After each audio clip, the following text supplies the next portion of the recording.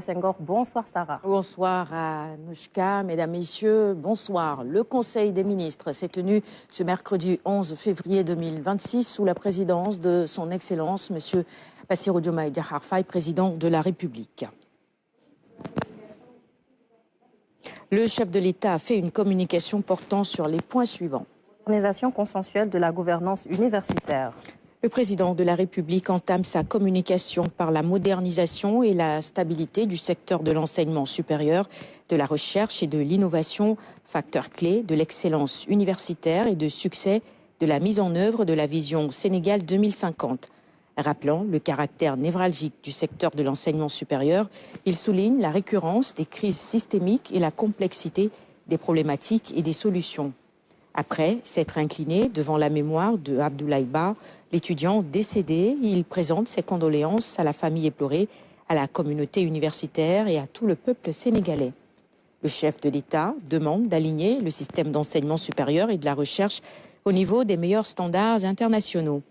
Il instruit le gouvernement d'asseoir un dialogue permanent avec toutes les composantes de la communauté universitaire afin de respecter les calendriers académiques et les prescriptions du système LMD, ainsi que les règles de gouvernance administrative, budgétaire et financière des universités publiques et centres des œuvres sociales.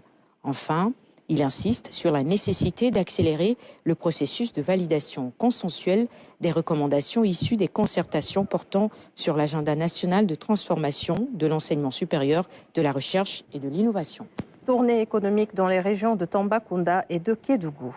Le chef de l'État informe le Conseil avoir effectué du 5 au 8 février 2026 une tournée économique dans les régions de Tambacounda et Kédougou avant de remercier les populations, les autorités administratives déconcentrées, les élus et acteurs territoriaux pour leur accueil, leur mobilisation et le bon déroulement des visites dans les localités et sites programmés. Magnifiant le vaste potentiel économique du Sénégal oriental, érigé en pôle de développement prioritaire dans l'agenda national de transformation, le président de la République demande au gouvernement d'accélérer l'exécution des projets relatifs à la construction d'écoles, de lycées, de l'Université du Sénégal oriental, des ISEP, de l'hôpital de Bakel, de bâtiments administratifs et d'autres édifices publics. Il indique l'importance de l'accélération de l'électrification des villages et de l'accès à l'eau potable des populations, du renforcement de la couverture sécuritaire, ainsi que du désenclavement routier, aérien et numérique de la zone est du pays, notamment la région de Kédougou. À cet effet, il demande au Premier ministre de veiller à la relance des chemins de fer sur l'axe Dakar-Kidira et à l'aménagement fonctionnel du port sec de Tambacounda.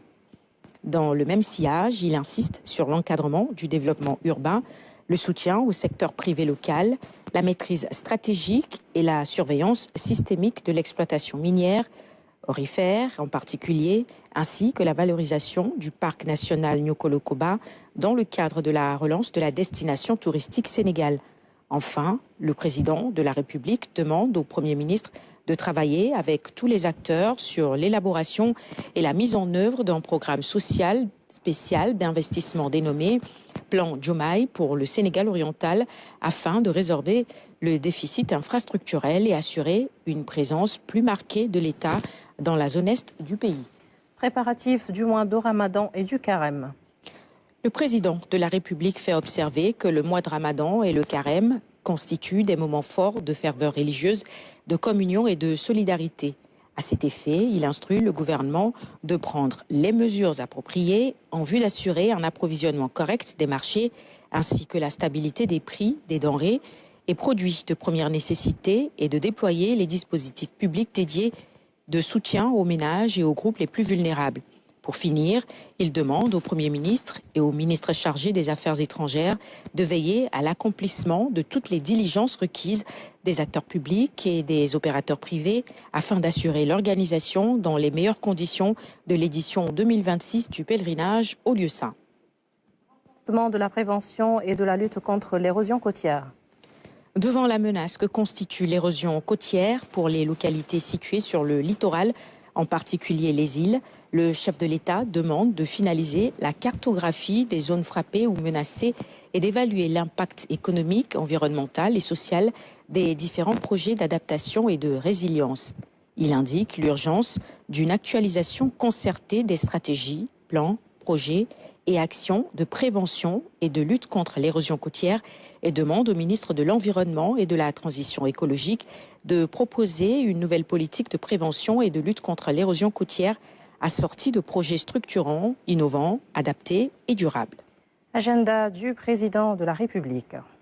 Le chef de l'État informe le Conseil qu'il tiendra le 12 février 2026 une réunion avec les gouverneurs de région sous forme de séminaire d'évaluation et de revue des projets et priorités sécuritaires, économiques, sociales et environnementales de chaque région en présence du Premier ministre et de certains membres du gouvernement. Au titre de la communication du Premier ministre.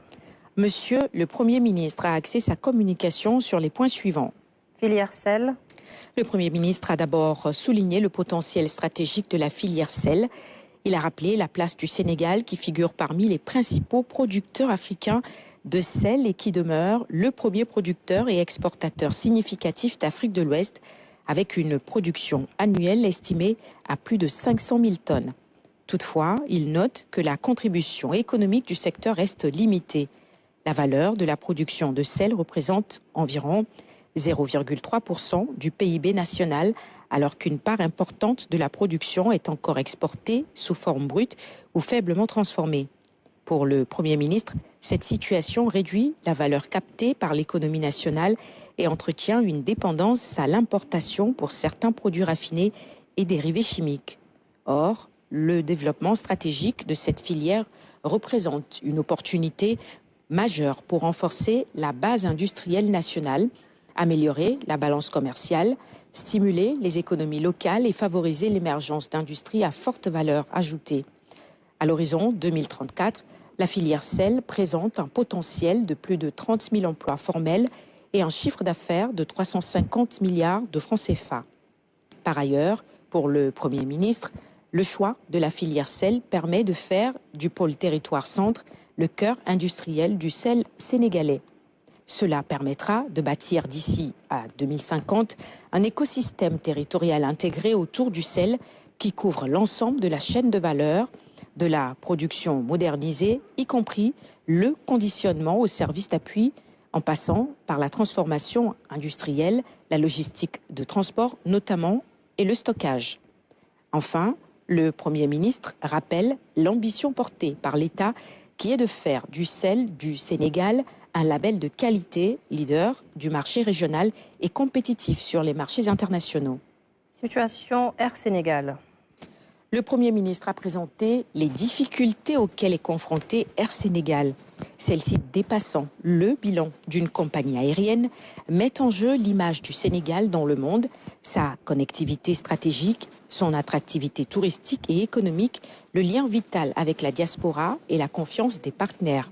En conséquence, il a donné un délai de 30 jours au ministre des Transports terrestres et aériens pour la matérialisation des mesures phares du Conseil interministériel consacré au secteur, notamment de veiller à la finalisation et à la mise en œuvre accélérée du plan de redressement opérationnel complet, au lancement effectif de l'opération de refinancement, à la présentation d'une proposition détaillée de recapitalisation définitive et à la réalisation de l'audit de rationalisation assorti de l'adoption du plan correctif.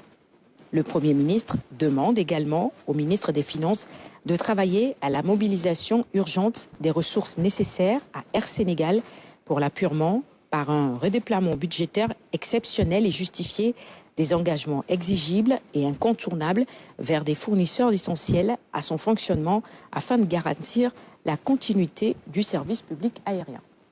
Situation des universités. Évoquant la situation dans les universités et particulièrement celle de Dakar, le Premier ministre a d'abord exprimé sa profonde tristesse à la suite de la mort tragique de l'étudiant Abdoulaye Ba et présenté ses condoléances à sa famille, à la communauté universitaire et au peuple tout entier. Il a déploré l'usage de la violence et invité le ministre de la Justice à veiller aux suites judiciaires y afférentes en établissant toutes les responsabilités en général et les circonstances de ce décès en particulier. Le Premier ministre a noté la nécessité de poursuivre les réformes engagées des universités et a encouragé le ministre de l'Enseignement supérieur, de la Recherche et de l'Innovation dans ce sens. Il a également demandé au ministre de l'Intérieur et de la Sécurité publique de continuer à veiller à la sécurisation et à la pacification complète des espaces universitaires. Le Premier ministre a clos sa communication en annonçant qu'il se rendra à Addis Abeba les 14 et 15 février 2026 pour y représenter le président de la République à la 39e session ordinaire de la conférence des chefs d'État et de gouvernement de l'Union africaine. Au titre des communications des ministres. Le ministre des Pêches et de l'Économie maritime a fait une communication sur la stratégie nationale portuaire du Sénégal. Le ministre de la fonction publique, du travail et de la réforme du service public a fait une communication sur la situation du climat social national et l'état d'avancement du traitement des cahiers de doléances syndicales. Le ministre de la Jeunesse et des Sports a fait une communication sur la gouvernance et l'organisation du service de sécurité des Jeux Olympiques de la jeunesse JOJ Dakar 2026. Et enfin, au titre des textes législatifs et réglementaires. Le Conseil a examiné et adopté le projet de loi relatif à l'activité d'affacturage, le projet de loi relatif au crédit bail. C'est tout pour ce soir, Adama. Merci beaucoup, Sarah Louis Senghor, pour la